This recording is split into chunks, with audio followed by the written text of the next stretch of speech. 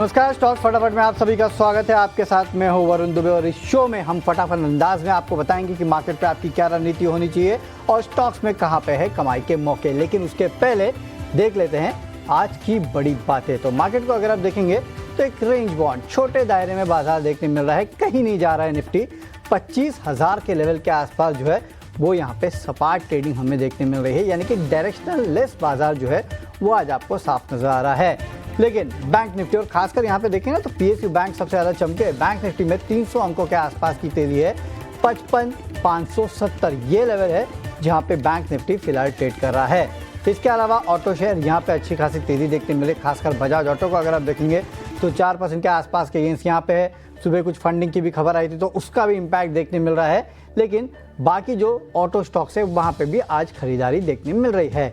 इसके अलावा जैसे कि मैंने कहा था कि सरकारी बैंक्स यहाँ पे अगर आप देखेंगे तो अच्छी खासी तेजी है। खासकर ये जो मिड कैप सरकारी बैंक्स है ना, जैसे कि आईओबी हुआ, सेंट्रल बैंक हुआ, बैंक ऑफ महाराष्ट्र हुआ, यहाँ पे आप देखें यहाँ पे अच्छी खासी तेजी देखने मिल रही है। 5 से 6% के आसपास के गेंस जो है इन स्टॉक्स में है।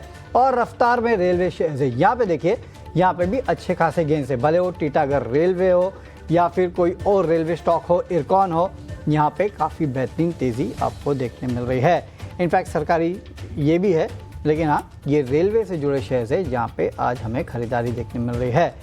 तो स्पेसिफिक पॉकेट्स है आज जहाँ पे आपको अच्छी खरीदारी देखने मिल रही है।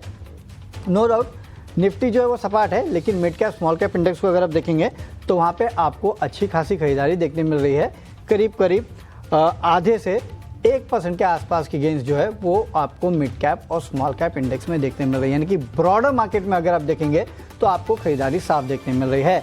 निफ्टी थोड़ा प्रेशर में है, हालांकि वो भी फ्लैट है, उसमें भी कोई बड़ी गिरावट नहीं है। 15-16 पॉइंट के आसपास की गिरावट है और थोड़ा बहुत सेंसेक्स 100 पॉइंट के आसपास की गिरावट दिखा रहा है। इनको अगर आप छोड़ दें तो मार्केट के हाल उतने बुरे नहीं हैं, अच्छा ही लग रहा है। एडवांस डिक्लाइन रेशियो अगर आप देखेंगे तो आपको और समझ में आएगा कि हर एक गिरने वाले के सामने ऑलमोस्ट 3 स्टॉक्स ऐसे हैं जहाँ पे आपको तेज़ी देखने मिल रही है। तो मोमेंटम जो है या फिर मार्केट की ब्रेथ जो है वो उतनी ख़राब नहीं है।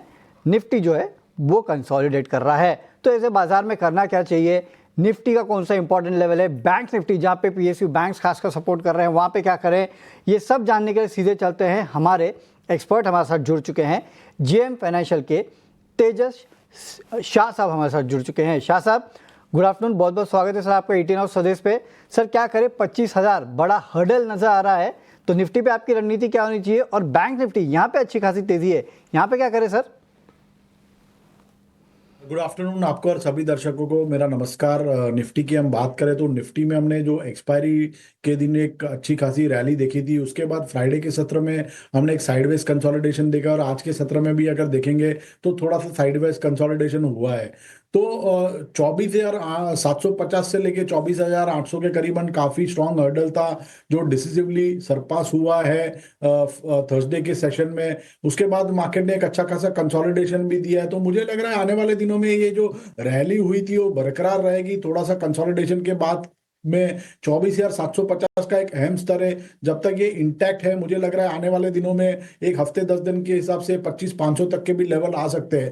तो निफ्टी में जो है बाय ऑन डिप्स की रणनीति रखनी चाहिए ट्रेडिंग के लिहाज से, और स्पॉट में जब तक 24,750 का लेवल टूटता नहीं है तब तक जो बायस है थोड़ा पॉजिटिव है फ्रॉम ट्रेडिंग परस्पेक्टिव। और जैसे कि मैंने बताया इमीडिएट बेसिस पे पहला टारगेट रहेगा 25,250 का और दूसरा टारगेट रहेगा 25,500 का।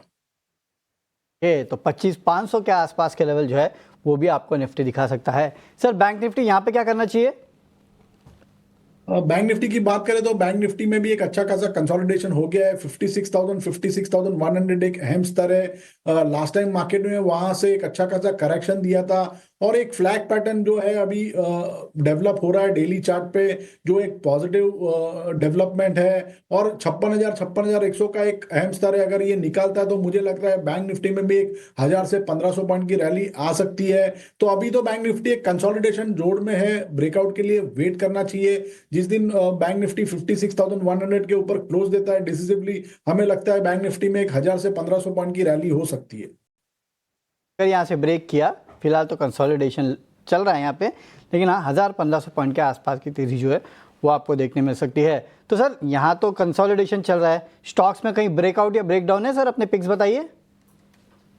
तो आज की जो मेरी पिक है पहली वो रियल एस्टेट सेक्टर से है। Real estate as a sector हमें काफी अच्छा लग रहा है। जो टॉप पिक है डीएलएफ लिमिटेड, ये स्टॉक में एक फ्राइडे के सत्र में एक फ्रेश ब्रेकआउट हुआ था और आज अच्छा खासा फॉलोअप बाइंग भी आ रहा है।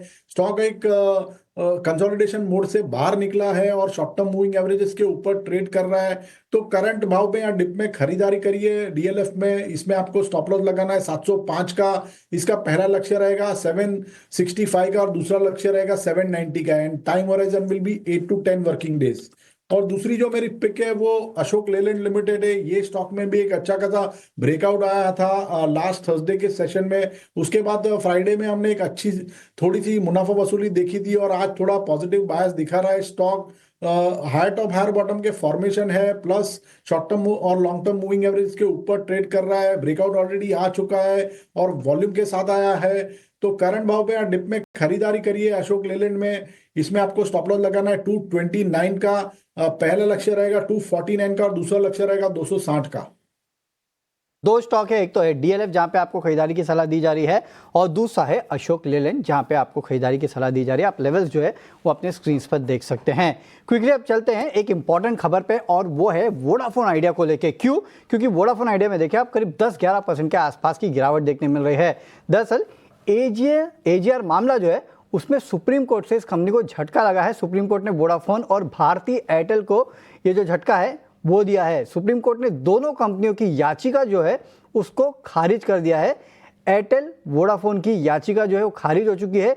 एजीआर बकाया को लेकर इन्होंने याचिका डाली थी और उसको जो है यहाँ पे बिल्कुल पूरी तरह से खारिज कर दिया गया है। वोडाफोन ने तो $500 करोड़ के आसपास का ब्याज जो है और जुर्माना जो है उस पर राहत मांगी थी। एक काम करते हैं, हमारे सहयोगी सुमित चतुर्वेदी हमारे साथ जुड़े हुए हैं, उनसे और डिटेल्स में जान लेते हैं कि एक्चुअली सुप्रीम कोर्ट ने ये क्या कहा है। सुमित, कितना बड़ा झटका है, ये क्या कहा है सुप्रीम कोर्ट ने?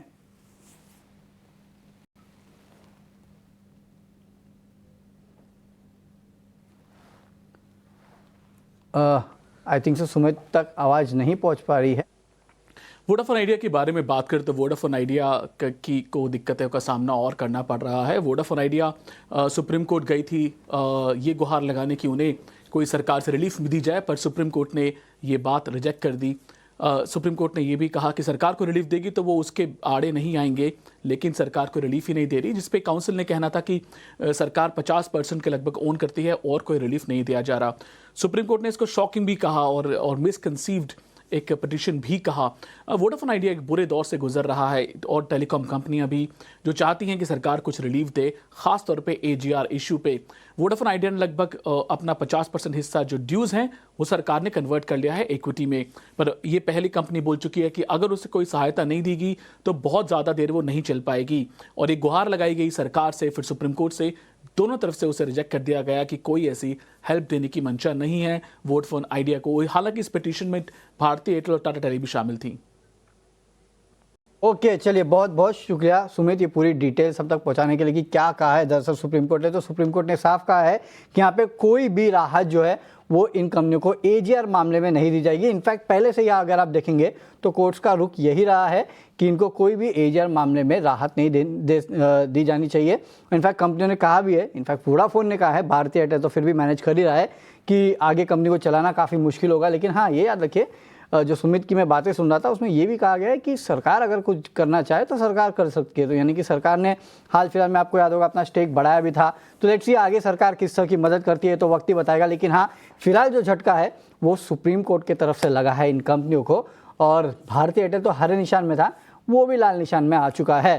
शाह साहब, भारतीय एयरटेल वोडाफोन कुछ लेवल्स बताएंगे? भारतीय एयरटेल खासकर, क्योंकि वोडाफोन तो इतना वोलेटाइल है कि कहीं भी चल जाता है।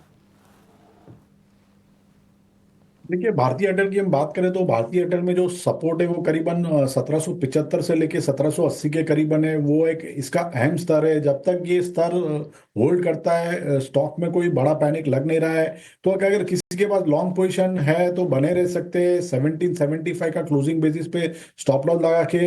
वोडाफोन की बात करें तो वोडाफोन एक अंडर परफॉर्मर ही स्टॉक रहा है मेरे हिसाब से। तो ये स्टॉक में कोई बड़ी तेजी की आशा नहीं है। जब भी कोई रैली आती है तो उसमें से तो मेरे हिसाब से निकलना ही बेहतर रहेगा। इमीडिएट बेसिस पे अभी एक 6.45 का सपोर्ट है स्टॉक में। 6.45 का स्तर अगर होल्ड करता है तो यहाँ से एक हल्की सी बाउंस बैक रैली आ सकती है। अगर वो स्तर ब्रेक होता है तो मुझे लग रहा है कि और भी डाउनसाइड मोमेंटम एक्सेलरेटेड हो सकता है। तो वोडाफोन में यहाँ से कोई भी रैली है तो उसमें से एग्जिट करने की सलाह रहेगी। यहाँ से कोई भी रैली आती है तो वोडाफोन में तो आप एग्जिट कर सकते हैं। वैसे भी काफ़ी वॉलेटाइल स्टॉक है तो खरीदने की सलाह तो कोई देगा ही नहीं। और दूसरा भारतीय एयरटेल, ये भी फंडामेंटली अगर आप देखें तो थोड़ा बहुत स्ट्रॉन्ग काउंटर है और लेवल जो है वो आपको यहाँ शाह साहब ने ऑलरेडी बता दिए हैं। लेकिन हाँ, ये एक इम्पॉर्टेंट स्टोरी है और इसका इम्पैक्ट जो है वो आपको कहीं ना कहीं तमाम स्टॉक्स पे देखने मिल रहा है। लेकिन जैसे कि शाह साहब ने भी एक स्टॉक दिया था आज रिकमेंडेशन में और वो था DLF। इनफैक्ट अगर आप देखेंगे तो पूरा का पूरा रियल एस्टेट पैक जो है वहाँ पे आज आपको तेज़ी देखने मिले और खासकर Maharashtra based real estate stock जो है वहाँ पे अच्छी खासी तेज़ी है। दरअसल महाराष्ट्र में इस महीने के अंत तक नई हाउसिंग पॉलिसी जो है वो आने की संभावना है। पूरी खबर बताने के लिए हमारे साथ जुड़ चुके हैं हमारे सहयोगी अनुराग शाह। अनुराग, बताइए क्या है पूरी खबर और मंथ के एंड तक नई हाउसिंग पॉलिसी आ जाएगी? 18 साल के लंबे इंतजार के बाद महाराष्ट्र सरकार नई हाउसिंग पॉलिसी लाने जा रही है और हमारे सूत्रों के मुताबिक इस महीने के अंत तक हाउसिंग पॉलिसी को मंजूरी मिल जाएगी। कैबिनेट के अंदर इस पॉलिसी को लाया जाएगा और उसके बाद कैबिनेट की मंजूरी के बाद ये पॉलिसी लॉन्च होगी। अक्टूबर 2024 में आचार संहिता लागू होने से पहले, ठीक पहले सरकार के द्वारा ड्राफ्ट जारी किया गया था हाउसिंग पॉलिसी का और जिसमें कई सारे प्रावधान थे। अफोर्डेबल हाउसिंग पर ज़्यादा फोकस किया गया था, रेंटल हाउसिंग, ग्रीन हाउसिंग को बढ़ावा देने के लिए इंसेंटिव्स की बात कही गई थी और हमारे सूत्रों के मुताबिक जो मेन फोकस होगा नई हाउसिंग पॉलिसी का वो प्रीमियम रेशनलाइजेशन का होगा। इसके अलावा स्लम रिहेबिलिटेशन, जो शहरी इलाके हैं वहाँ पर स्लम रिहेबिलिटेशन पे फोकस होगा। इसके अलावा इंसेंटिव्स भी प्रपोज किए गए नई हाउसिंग पॉलिसी में जिससे प्राइवेट बिल्डर जो है वो रीडेवलपमेंट पे ज़्यादा इच्छा दिखाए। इसके अलावा TDR के लिए का कैसे सपोर्ट दिया जा सके, प्रीमियम रेशनलाइजेशन से जुड़े हुए इंसेंटिव और सिंगल विंडो क्लियरेंस जो है वो रियल एस्टेट सेक्टर को देने का वादा जो है वो नई हाउसिंग पॉलिसी में होगा। तो रियल एस्टेट सेक्टर, जो महाराष्ट्र का रियल एस्टेट सेक्टर है जहां पर कई सारी बड़ी लिस्टेड कंपनियां भी हैं, उनके लिए काफ़ी बड़ा डेवलपमेंट है कि 18 साल के इंतजार के बाद महाराष्ट्र सरकार नई हाउसिंग पॉलिसी लेकर आ रही है। ओके, शुक्रिया अनुराग ये पूरा डिटेल्स हम तक पहुंचाने के लिए। तो 18 साल बाद फाइनली जो नई पॉलिसी है रियल एस्टेट को लेके वो यहाँ पे महाराष्ट्र सरकार जो है वो लाने के पूरी तैयारी कर रही है और इसका इम्पैक्ट आप देख रहे हैं तमाम Maharashtra based real estate stocks जो है, जैसे कि गोदरेज को आप देख लीजिएगा, ओबेरॉय रियल्टी को आप देख लीजिएगा, मैक्रोटेक अभी आपके सामने था। इन सभी स्टॉक्स में अच्छे खासे गेंस आज के ट्रेडिंग सेशन में देखने मिल रहे हैं। लेकिन चलिए, ऐसे ही काफ़ी सारी और इंटरेस्टिंग स्टोरीज है और इंटरेस्टिंग स्टॉक्स है जिन पे चर्चा करेंगे छोटे से ब्रेक के बाद। चलिए, ब्रेक के बाद आपका फिर से एक बार स्वागत है। शो में आगे बढ़ते हैं और कुछ और इंटरेस्टिंग स्टॉक्स है और इनकी कर लेते हैं चर्चा। आप देखिए, एक स्टॉक है कॉनकॉर का। यहाँ पे आप देखिए करीब 2.5-3% के आसपास के गेंस जो है वो देखने मिल रहे हैं। हम जब स्टोरीज डिस्कस कर रहे थे ओबेरॉय रियल्टी और साथ ही साथ रियल एस्टेट की, तब एक खबर आई इस कंपनी को लेकर। खबर ये है कि इस कंपनी की बोर्ड की बैठक है 22 तारीख को और यहाँ पे बोनस इशू पे जो है वो कंपनी का बोर्ड विचार करने वाला है। और इस खबर के बाद देखिए 3% के गेन जो है वो स्टॉक में देखने मिल रहे हैं। शाह साहब, कॉनकॉर कहाँ नजर रखे सर, क्योंकि अब 22 तारीख को तो बैठक है जहाँ पे बोनस पे विचार करेंगे। लेवल्स बता दीजिए। कॉनकॉर्ड की हम बात करें, ये स्टॉक ने ऑलरेडी फ्राइडे के सेशन में एक ब्रेकआउट दे दिया है और ब्रेकआउट काफी अच्छे वॉल्यूम के साथ हुआ है, तो जेन्युइन ब्रेकआउट लग रहा है। यहां से हमें लग रहा है कि इमीडिएट बेसिस पे स्टॉक 775 से लेके 785 का लेवल टेस्ट कर सकता है, जो एक अहम रेजिस्टेंस जोन है। अगर वो लेवल सरपास होता है तो मेरे हिसाब से 815 से लेके 820 तक के भी लेवल ये स्टॉक में दे सकते हैं। तो बाय एंड डिप्स की रणनीति रखनी चाहिए कॉनकॉर्ड में, और कोई करेक्शन आता है तो उसमें डेफिनेटली पोजिशनली बाय पोजिशन बना सकते हैं विद स्टॉप लॉस बिलो 700 और लक्ष्य रहेगा 815 से लेके 820 का और time horizon will be more than a month. तो एक महीने के ऊपर के आपको लेवल जो है वो दिए गए हैं। हालांकि बोनस इशू पे कंपनी विचार करने वाली है 22 तारीख को, तो आप लेवल जो है वो यहाँ पे नज़र में रखिएगा। बड़ा अप मूव या डाउन मूव आपको देखने मिल सकता है। आगे बढ़ते हैं और वक्त हो चुका है अब मुनाफे का ऑप्शन बताने का।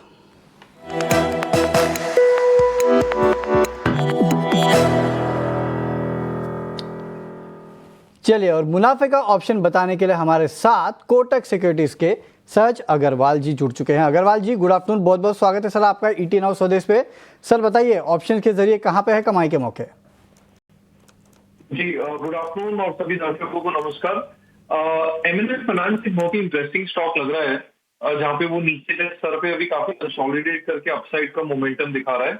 एक वैल्यू बूस्ट अपॉर्चुनिटी है इस मार्केट में, जहां पे थोड़ा सा आपका कंसोलिडेशन चल रहा है, काफी सेक्टर चल चुके हैं, तो उस पे हमें लगता है ये स्टॉक की चलने की काफी पॉसिबिलिटी है। तो 270 का कॉल ऑप्शन काफी इंटरेस्टिंग लग रहा है, जहाँ पे अभी उसका प्राइस 5 रुपए के आसपास चल रहा है। आप उसमें 2.5 रुपए का स्टॉप लॉस मेंटेन करके 10 रुपए तक का टारगेट एक्सपेक्ट कर सकते हैं। अगले ये सीरीज तक की होल्डिंग पीरियड रहेगी उसकी, और इसमें मैक्सिमम जो प्रॉफिट है वो 10,280 तक का हो सकता है, एंड आपको इसमें स्टॉप लॉस 2.5 रुपए का मेंटेन करना है, जो अप्रोक्सीमेटली 5,140 तक का आपका मैक्सिमम लॉस रहेगा। ये अपॉर्चुनिटी मोमेंटम और ओपन इंटरेस्ट बिल्डअप के बेसिस पे काफी इंटरेस्टिंग लग रही है।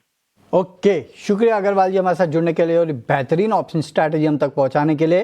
तो M&M फाइनेंस 270 का कॉल ऑप्शन आपको खरीदना है, जो कि फिलहाल 5 रुपए के आसपास ट्रेड कर रहा है। यहाँ से दुगना हो सकता है, 10 रुपए के टारगेट दिए है, आधा भी हो सकता है। 2.5 रुपए के स्टॉप लॉस के साथ आपको यहाँ पे करना है ट्रेडिंग। लेकिन हाँ, क्योंकि ऑप्शंस का ट्रेड है तो याद रखिएगा हमारा इंपॉर्टेंट डिस्क्लोजर है, एक तो स्टॉप लॉस जरूर रखिएगा, और दूसरी सेबी की स्टडी कहती है कि F&O ट्रेडिंग में 10 में से 9 लोग नुकसान करते हैं, और औसतन नुकसान जो है वो 50,000 रुपये का भी होता है। इसके लिए F&O में सोच समझ के कीजिएगा ट्रेडिंग, और अपने रिस्क को देख के ही आपको ट्रेडिंग करना है।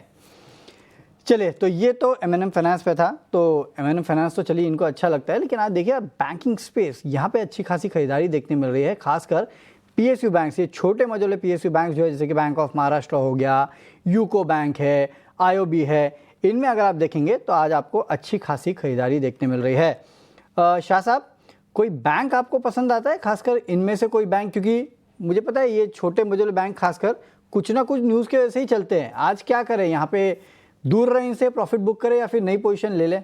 टेक्निकली कोई पसंद आ रहा है? देखिए, छोटे बैंक में मुझे एक IDBI बैंक अच्छा लग रहा है। ये स्टॉक ने एक फ्रेश ब्रेकआउट दिया है आज के सत्र में, और काफी अच्छे कंसोलिडेशन के बाद ये ब्रेकआउट हुआ है अबव 88 लेवल। तो करंट भाव पे डिप में इसमें खरीदारी कर सकते हैं। मुझे लग रहा है पोजिशनली चार्ट स्ट्रक्चर काफी स्ट्रांग है। एक डीप स्टॉप लॉस रखना पड़ेगा 82 का, तो डिप में खरीदारी करिए, लेकिन लक्ष्य रहेगा कम से कम 105 से लेके 107 तक का।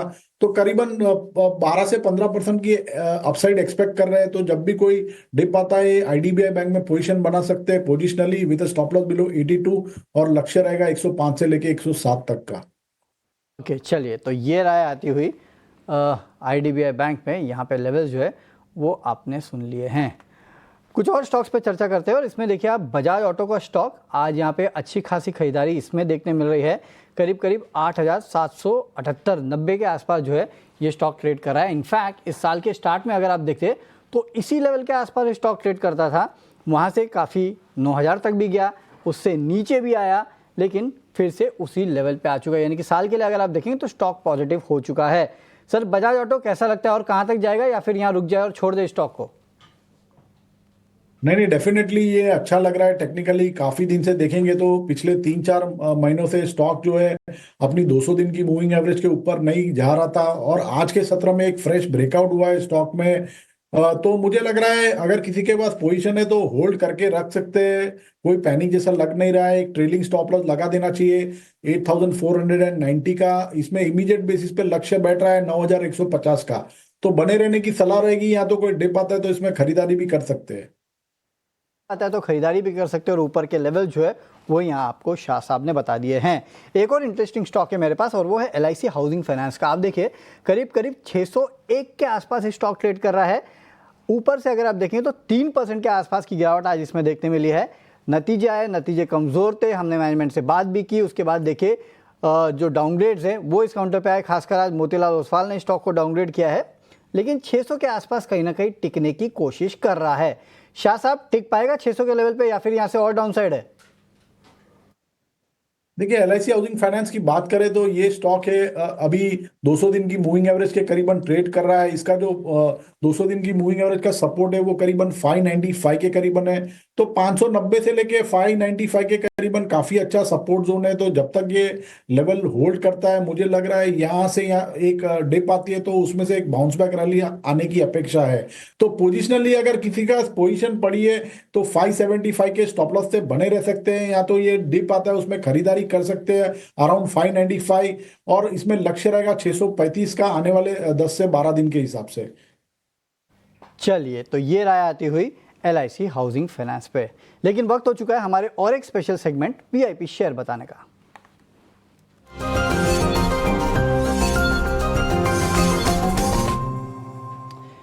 चलिए, और VIP शेयर बताने के लिए हमारे साथ AUM कैपिटल के राजेश अग्रवाल जी जुड़ चुके हैं। Rajesh ji, good afternoon sir.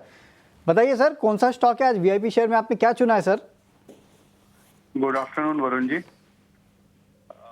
VIP share के हिसाब से कहा जाए तो इस वक्त जैसे अब सब जानते हैं तिमाही नतीजों का सीजन चल रहा है, और नतीजों के बेसिस पे ही मैंने एक कंपनी चुनी है लॉरस लैब, जो कि इस बार के नतीजों में साफ साफ इम्प्रूवमेंट देखा गया। उनके CDMO बिजनेस में रैंप अप देखा गया, मार्जिन्स बेहतर हुए सेगमेंटल मिक्स के वजह से। ऑपरेशनल लेवरेज जो आने वाले दिनों में है हमें लगता है कि आने वाले 2 साल में कम से कम अर्निंग्स ग्रोथ में सहायता करेगी, और फाइनेंशियल लेवरेज चेक पे है। चौथी तिमाही में देखेंगे तो CDMO बिजनेस में रैंप अप हुआ, 95% के आसपास ईयर ऑन ईयर ग्रोथ देखी गई, उसमें 15% क्वार्टर ग्रोथ।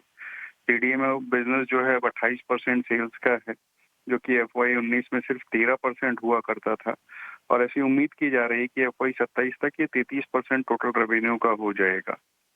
थोड़ी बहुत शॉर्ट टर्म में टैरिफ अनसर्टेनिटी, प्राइसिंग प्रेशर को लेके हो सकता है कि थोड़ा प्रेशर है, लेकिन लॉन्ग टर्म में बहुत अच्छा लग रहा है, कारण कि CDMO इंडस्ट्री जो है वो एक्सपेक्टेड है कि करीब 14% के CAGR से ग्रो करेगी, जो इस वक्त $2 बिलियन के साइज की है।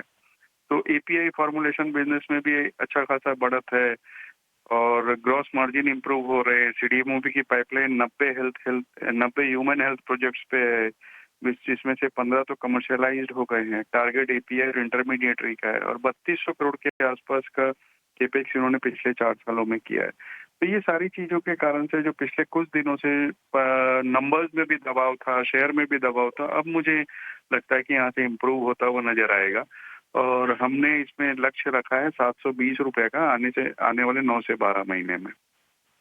ओके, चलिए राजेश जी, बहुत बहुत शुक्रिया हमारे साथ जुड़ने के लिए और ये बेहतरीन पिक आज हमारे साथ शेयर करने के लिए। तो आज का VIP शेयर है लॉरस लैब। यहाँ पे आप खरीदारी करके चल सकते हैं। 720 के लेवल जो है वो आपको अगले 9 से 12 महीने में स्टॉक बताएगा। याद रखिएगा, CDMO स्पेस की कंपनी है जैसे कि राजेश जी ने कहा, और उसका बड़ा फायदा जो है इस कंपनी को आने वाले दिनों में होने वाला है। ओके, चलिए शो को रैप अप करने का समय हो चुका है। सबसे पहले तो शाह साहब से विदा लेंगे। शाह साहब, डिस्क्लेमर सबसे पहले आपका। तो जो भी स्टॉक्स हमने डिस्कस किए इसमें मेरी कोई पर्सनल पोजीशन है नहीं, बट हमने हमारे क्लाइंट्स को रिकमेंड किए हो सकते हैं। ओके, चलिए शाह साहब, बहुत बहुत शुक्रिया आज हमारे साथ जुड़ने के लिए और इस शो में हमारा साथ देने के लिए। चलिए, इस शो में तो इतना ही, लेकिन हाँ, अब बारी हो चुकी है अगले शो की, और अगले शो के लिए हमारे साथ जुड़ चुकी हैं मेरी सहयोगी मानसी दवे। मानसी, मेरे अलावा क्या खास है शो में आज? तो आपका वेलकम करना चाहिए। छोटी सी छुट्टी लेने के बाद कहाँ गए थे आप? इंदौर गया था, भोपाल गया था, तो ऑलमोस्ट पूरे MP का टूर करके आ रहा हूँ मैं।